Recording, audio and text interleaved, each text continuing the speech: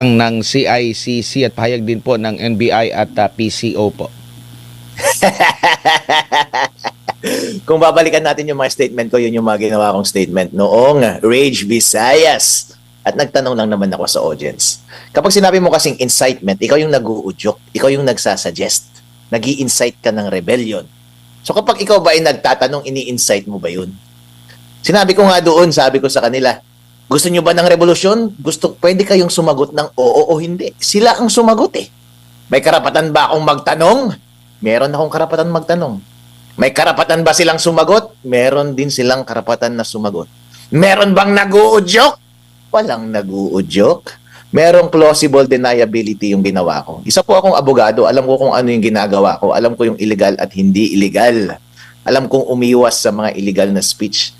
Pero mahalaga na meron pa rin tayong karapatan magsalita at epektibo dapat ang ating pananalita para magising ang damdamin ng taong bayan sa korupsyon na kanilang ginagawa at mga kamalian ng ating gobyerno. So gagawin natin ang lahat para masabi at maging epektibo ang ating pananalita pero within the bounds of law. Kung minsan tinutokso mo yung illegal para lang mas epektibo ka. Pero hindi ibig sabihin illegal na yung sinabi mo. Inuulit ko po, inciting ibig sabihin ini-incite mo, inuudyok mo na gumawa ng revolusyon, ng rebellion as a matter of fact. Kapag revolution, meron namang peaceful na revolution eh. Yung people power, peaceful revolution yun. Legal revolution yun. Hindi ko naman sinuggest na mag-take up ng arms. O, di ba? At yung sinasabi nila, willing ba kayong mamatay para kay VP Sara Duterte? Okay lang naman sabihin na willing kang mamatay, hindi ba? Si Ninoy Aquino nga, sinabi nga niya Filipinos are worth dying for eh. Illegal ba yun? Hindi naman. Hindi naman ibig sabihin na kapag willing kang mamatay nagsasuggest ka na mag-revolt tayo with arms, di ba? Uprising using arms, mga baril at mga sandata, hindi po yun ang tinutukoy. Pwede ka namang mag-offer ng iyong buhay sa pamamagitan ng peaceful revolution at legal na revolution. At saka yung sinasabi nila na gusto nyo na bang patayin? Hindi nila pinatapos yung sentence. Kung gusto nilang panoorin yung buong video, nakalagay doon, gusto nyo na bang patayin ang korupsyon? So figurative speech yun. Wala naman tayong sinasabing patayin na tao, hindi po ba? Lahat yun ay legal speech. Pero aware ako sa ginagawa ko at that time. Isa akong abogado, so alam ko na pwede nilang i-misinterpret yung sinasabi ko, pero sure na sure ako na hindi illegal yung ginagawa ko. Pero yan ay isang tanging paraan para maging epektibo ang iyong pananalita at magising ang taong bayan. Yun ang very purpose ng freedom of speech. Malaya tayong ipahayag ang ating damdamin at pabayaan natin ang taong bayan na humusga. At hindi dapat natin payagan ang kabilang banda, yung gobyerno, na pigilan tayong pagsasalita. Kasi ibig sabihin niya, nakukurtil ng ating kalayaan. At malaya na silang gumawa ng kanilang kamalian. Opo, at sa pagkakalam din natin, public speech ito, attorney, no? Na nakunan lang ng video, na na-shared lang sa online. Di ba may ano yan, parang special na parang protection sa public speech? Oo, meron. As a matter of fact, sa ating konstitusyon, meron tayong freedom of speech and expression. Ibig sabihin, lahat ay legal except kapag sinabi ng Revised Penal Code at ng Special Penal Laws na illegal. Yun yung cyber libel, yun yung inciting to sedition, inciting to rebellion, at yung mga ibang mga specific na illegal sa batas. Pero yung sinasabi nila na nag-incite ako ng rebellion or incite ng sedition, hindi ako pasok sa elements. Alam ko yung mga elements nun eh. Kapag criminal law po kasi, lalo na sa pagdating na sa korte, kailangan mo ng proof beyond reasonable doubt. Ngayon nga, mas mataas na yung proof na required doon sa prosecutor's office. Dapat meron ng almost certainty of conviction. So, ibig sabihin, dapat walang plausible deniability. Dapat yung statement ko, sinabi ko talaga, na dapat mag-take up na kayo ng arms at mag-revolt na tayo sa government. Yun yung inciting kasi inuutusan ko sila, ini-incite ko sila.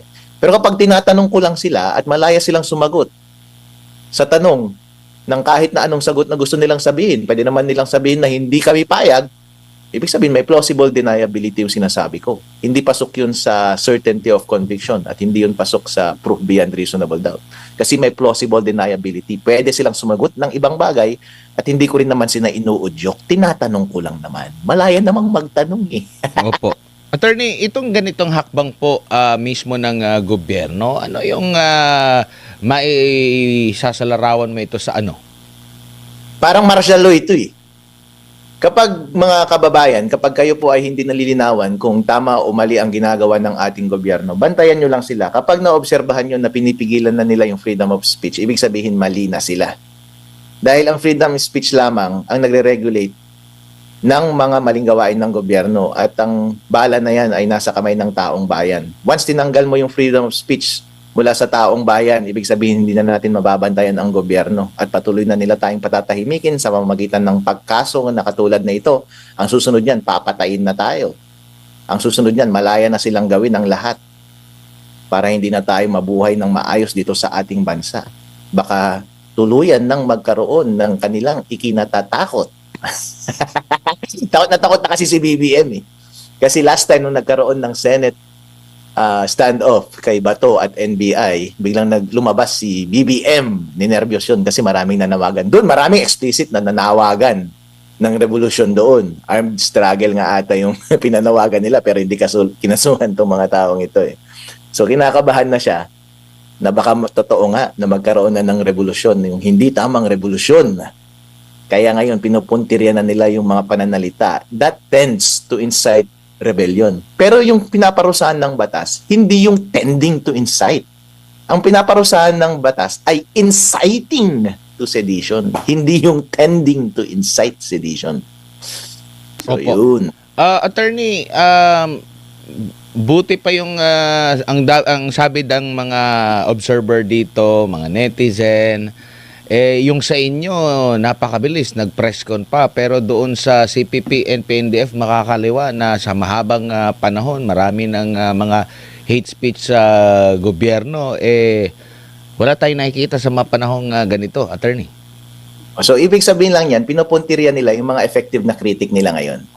In fairness naman sa mga CPP NPA at saka yung mga ibang nagsasalita at nag-i-incite talaga ng sedition, hindi kasi sila effective eh. Hindi sila viral sa social media at hindi sila na-interview sa SMNI ni Admar at ni MJ. So, yung mga post ko na mga ganon, nagba-viral eh.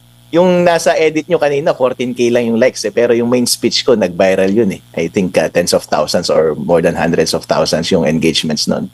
And maybe beyond millions yun. So effective talaga. Ibig sabihin, yung saturation nun lahat, bawat Pilipino na interested sa politics, na panood yun. At given yung mood ng engagements tsaka comments, ibig sabihin, nasa panig natin sila. Nasa panig ko sila.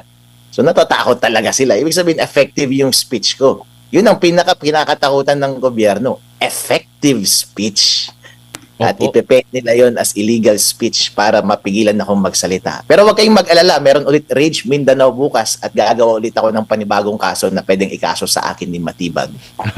Attorney, bago lang si partner MJ, gaano po ka-delikado ba na ang isang gobyerno ay onion skinned, balat sibuyas? Ay, lahat po ng repressive government na nangyari sa buong mundo, nag-ending yan sa kamatayan ng taong bayan. Dito na lamang sa example ng panahon ni Marcos Sr., maraming namatay dyan, hindi po ba? Maraming nakulong at maraming nagdusa at nasira ang buhay. Panoorin nyo na rin yung mga nangyayari sa ibang bansa kung saan rine-repress nila ang kanilang kalayaan na magsalita. Kung ganun po, wala nang makapagsusumbong. Kahit ano, pwede nang gawin ng gobyerno. Pumatay, ipakulong, parusahan ng hindi tama. Pero walang nagsusumbong, walang nag-i-inform sa tao.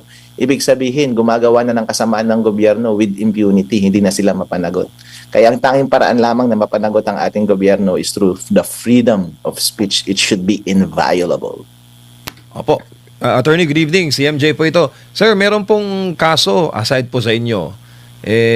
Pinakakasuhan rin po ng plunder si Senator Rodante Marcoleta.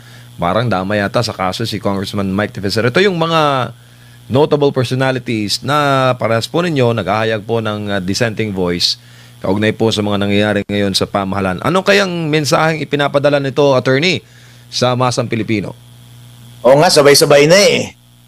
Yung mga kinaso namin noon sa NBI, at marami rin tayong kaso as a matter of fact na sinasampa natin sa NBI, sa korte, pero yung mga yun hindi imaandar, ano? Hindi po kayo nagtataka. Pero kapag sila ang nagkaso laban sa ating panig, ay ang bilis. May press conference pa at sabay-sabay isang bagsakan, ang daming inaaresto. Ang ibig sabihin lamang po nito, ang motibasyon sa likod ng mga kasong ito ay hindi legitimately para mapanagot sa specific act na dinedescribe ng kaso, kundi i-stymie at i-curtail at i-undermine yung lakas ng oposisyon laban sa gobyerno natin ngayon. Alam naman natin na kami, sila Senator Marcoleta, sila Leon de Viste, sila Kiko Barsaga, sila Mike Defensor at lahat ng ating mga kampi ay malakas po sa social media at yun na po yung media na kinokonsume ng taong bayan ngayon at mababasa natin sa social media na ang sentimiento ng publiko ay nasa ating panig, syempre tayo po ang kanilang patatahimikin. Kaya sabay-sabay nila tayong kinasuhan. Kaya lahat po kami, lahat ng nabanggit kong pangalan na yun, may kaso.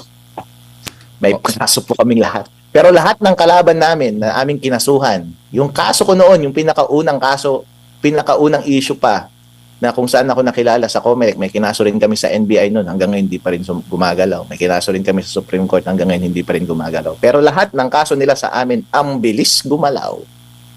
Opo, attorney, hindi po ba kayo natatakot? Kasi meron kayo mandato, sir, sa Reyna Mercedes Isabela. Kayo po ay halal na vice-alkalde. At ano kayong masasabi dito ng inyo pong mga constituents? Wala akong ikinatatakot. Binoto ako ng tao dahil ako ang kanilang tagapagtanggol. Kapag ikaw ay ginawang public official through election at nanahimik ka lamang sa harap ng korupsyon, tama lamang na tawagin kang kurap at walang kwenta. Tayo po ay inelect ng taong bayan para ipagtanggol ang kanilang interes. Kaya po ko po sila ipinagtanggol sa mga issue ng COMELEC, sa mga issue ng korupsyon, sa mga issue ng pagtapak ng ating demokrasya, at sa issue ng freedom of speech ngayon. Hindi po ako natatakot. Tulad nga ng sinabi ko sa aking speech, willing akong mamatay. At base naman sa tanong ko sa taong bayan, marami akong kasamang pwede at willing ding mamatay para lamang ipaglaban ang ating karapatan. So walang takot si Atty. Harold Respicio. Lahat na ng kaso ipatong mo sa akin matibag at BBM. Bukas dadagdagan ko pa kung gusto mo bang magsampa ng kaso. Pero hindi mo maiiwasan ng inyong kapalaran na kung patuloy ang inyong pag-aapi sa taong bayan, ang destiniya ninyo ay hindi nyo maiiwasan. Opo, attorney, gusto ko lang makuha yung panig ninyo sa mga binanggit po recently ni Senator Amy Marcos, lalo na yung possibility na magkaroon raw ng Constitutional Assembly, CONAS, para amyenda ng Constitution para magkaroon po ng no election scenario sa 2028. Kayo po ay isa po sa mga lumalaban, lalo pa sa issue ng karapatan sa pagboto. Anong masasabi mo doon, sir? No L scenario 2028. Ang foundational principle ng ating konstitusyon ay demokrasya. Simula nung umpisa, demokrasya po tayo. Ang taong bayan ang bumuboto at namimili ng kanilang presidente. Hindi mo pwedeng agawin yan sa taong bayan. Ginagawa na nila ngayon, inaagaw na nga nila ngayon dahil yung gusto ng pulso ng taong bayan na si VP Sara Duterte ayaw nilang patakbuhin. So indirectly, tinatapakan na nila ang ating demokrasya. Kung directly tatanggalin na nila ang ating demokrasya, ibig sabihin ang ating kakayahan na pumili ng ating liderato sa 2028, isang pag-agaw na yun ng demokrasya. Ngayon, tinatanong ko ang taong bayan. Tanong ulit to ha, hindi ito inciting ha. Ang tanong taong bayan, willing ba kayong mamatay at ialay ang inyong sarili para lamang protektahan ang ating karapatang pang-demokrasya? Yun lang naman eh. Sa peaceful na paraan, sa madugong paraan, o sa kahit na anong paraan, wala akong sinasuggest. Tinatanong ko lang kayo. At kayo na ang bahalang mag-decide. At makakaasa po kayo na kung anuman ang inyong maging desisyon, ako po ay inyong makakasama. Opo, sinabi po ni Senator Amy Marcos na itong kay Senator Bato na issue ay parang tip of the iceberg lang. Kasi talaga ang plano mag-convene ang Houses of Congress bilang CONAS. Tingin po ninyo ito ay may kinalaman sa palitan po ng liderato diyan po sa Senado? Dito sa ating korap na gobyerno, lahat ay posible. Lahat ng kasamaan ay posible. Ang pagnanakaw ay posible. Ang pagtapak sa ating demokrasya ay posible. Ang pagkaso mismo sa pinakamatataas na elected official ng gobyerno ay posible at ginagawa na nila. Kulang na nga lang, secretly, patayin nila kaming lahat eh. Kasi ginawa na nila lahat ng ginawa ni Marcos Sr., ginawa niya na eh. Pinapakulong na kaming lahat eh.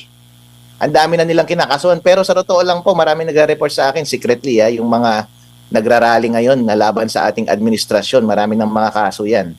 At marami na silang tinatamnan ng hindi magagandang kaso, hindi lang kasi nakakover ng media eh. Pero marami na po silang kasamaan na ginagawa ngayon. Kaya hindi po ako magtataka na yung extreme ay gagawin na nila ngayon. At handa po ako na lumaban sa ganyang klaseng gobyerno. At alam ko, handa na rin ang Pilipino. Kaya habang pinapatahimik po tayo mga kababayan, yan na po ang kanilang umpisa. Gumagalaw na po sila. Huwag po nating bibitawan ng ating karapatan na makinig at magsalita. Para sa the moment na mag-decide sila, nabawiin ang lahat ng ating karapatan at i-shutdown natin nila tayong lahat, ay magagawa natin ang tamang paraan para ituwid ang kanilang mga pagkakamali.